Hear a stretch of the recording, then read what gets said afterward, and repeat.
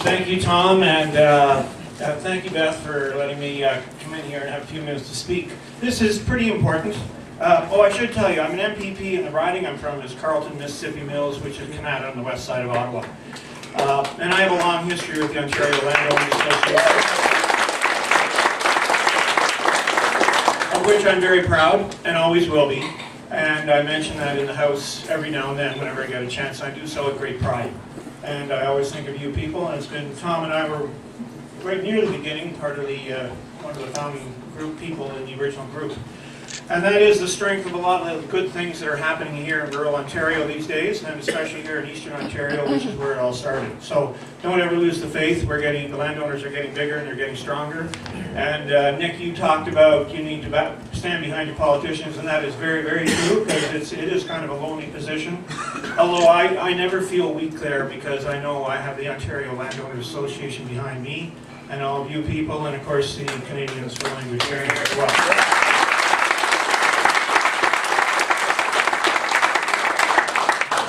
And I will do whatever I can for the Canadians for Language Fairness, because I'm with you all the way, of course. So that's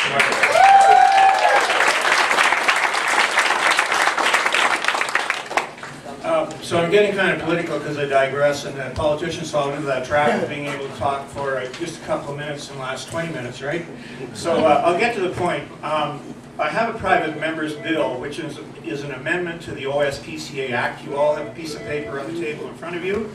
I'll describe it to you very briefly. We want to make some fairly significant changes to the Act. Currently, the enforcement officers of the OSPCA have police powers. They work within a charity, which is the OSPCA. So because it's a charity, they must do fundraising. Now clearly that's a conflict of interest, that a policeman would have to do fundraising to pay his own wages. We all know that. That just makes common sense. But the legislation says that's what they must do, so it's a flawed legislation. So we're not really pointing our fingers at the OSPCA enforcement officers, and we won't ever mention Bonnie Bishop's name here, of course. Among others. And that speaks volumes in Eastern Ontario. I think a lot of you folks have heard that name, and that's not a popular name in rural Ontario.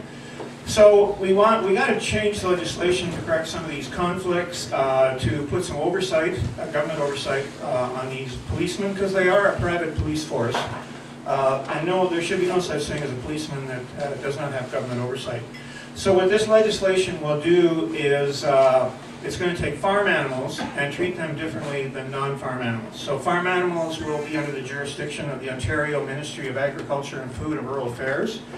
These inspectors will be paid by the OMAFRA, Ministry of Agriculture and Food. They'll be there under the Act of the OSPCA Act as it's amended if we're successful. They won't have the power to lay charges, whether it's provincial offences or Criminal Code of Canada. They won't have the power to write fines, write invoices, or seize animals. There'll be observers that will respond to complaint calls that you have a cow with a sore foot or whatever the complaint might be, or a dog that's tied outside in the cold or whatever the situation might be. They would offer an opinion. They could observe, they could educate, advise. That's all they can do. They will have the right to call a policeman if they think there's something wrong. And the policeman, of course, would have the authority as a policeman to decide whether he needs to lay a charge, whether it be under provincial offences, which is the OSPCA Act, or the Criminal Code of Canada, which is a big change from the way it is now. Of course, a policeman is properly screened, properly trained, a very accountable kind of person. If they do something wrong, there is a way to go after them, which you don't have right now with the OSPCA. If animals are to be seized, there would need to be an order from a Justice of the Peace, based on a veterinarian's report. And the veterinarian could be the farmer's veterinarian or the dog owner's veterinarian. The animal owner has the right to accept the veterinarian that arrives or call his own vet. And that is a big change. So we're trying to put fairness back into the legislation, accountability into the legislation, and the ability, the conflict of interest caused by the need to raise money will be gone.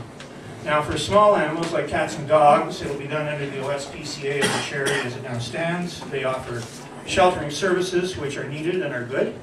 And the enforcement people, like that person we won't mention named Bonnie Bishop, will still be there. but she won't have any power to lay charges, seize animals, write bills, etc. Same as under OMAFRA. Again, a veterinarian would be called to look at the small animal, decide whether there's a problem. The animal owner could call his own vet or any vet that he approves of, and then the justice of the peace or policeman would do any enforcing. Also, it will change, another change in the Act, which could be perhaps the most important one, is the Lieutenant Governor and Council will have the right to hire or fire the Chief Inspector of the OSPCA.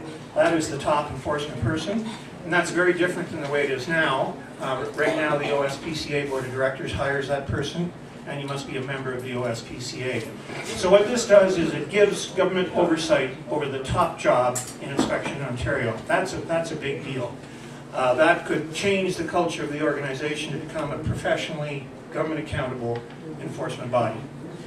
So we're going to table this bill Monday, this week, when I go back to Queen's Park. Second reading happens on March 29th, and I would invite all of you to come. Tom's trying to round up a bus full of people for the Landowners Association, so there might be room in that bus, or drive your own car. Come to Toronto. I'd like to see you there. 12 o'clock noon in front of the legislature, we'll have an assembly of people, give a few speeches. We'll invite you into the gallery to watch the debating. Debates start at 2:30 in the afternoon, and there will be a vote. There's 50 minutes of debating, then a vote, and we will know whether we win or lose on Thursday afternoon, March 29th. It's looking fairly good right now, I will tell you. We've been working hard on trying to get support from stakeholders. We have good support from all the farm organizations that we haven't gotten in writing, but they're all saying they're on board. OFA, CFFO, National Farmers Union, all the farm animal groups, etc. The Kennel Club of Canada is behind us. So I think we're doing great. The Conservatives will vote for it. We need the NDP, MPPs as well. And an awful lot of them are very supportive as well. So we're working hard on getting the NDP support. And if we can get NDP and the Conservatives, we have more votes than Liberals, and we could win. And that would be tremendous. This is long overdue.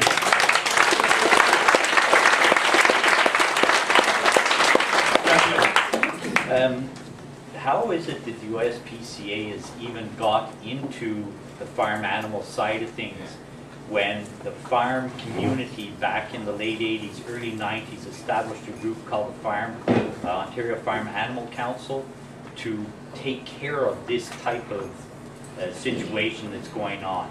Well, the question is, how is it that farm animals are even included under the OSPCA Act when we have a group in Ontario called the Ontario Farm Animal Council, which was created about 10 or 12 years ago? Yeah, about 92. 20 years ago. That group has no particular status. There's no legislation attached to the Ontario Farm Animal Council. They have no power or authority other than to offer the opinion of the farming community on how animals should be treated or what a proper state of welfare is. The OSPCA legislation is an act, and that is the law, and that has been there a long time. I think the OSPCA has been around for 100 years. It's archaic legislation. Also, the animal rights people have been extremely successful in getting their way in amendments to the OSPCA legislation in recent years, and Mr. McGinney's been very helpful with them in that department. So even if, I would like to say, there's no guarantee that we'll win this, because the Liberals are government, and they have a way of just not having, even if we pass second reading and it goes to committee, it would typically come up to the House for third reading and vote after that. I'm told, and I'm learning this, I'm still new at my job, that if the government chooses not to call the bill up for third reading, it just never sees the light of day.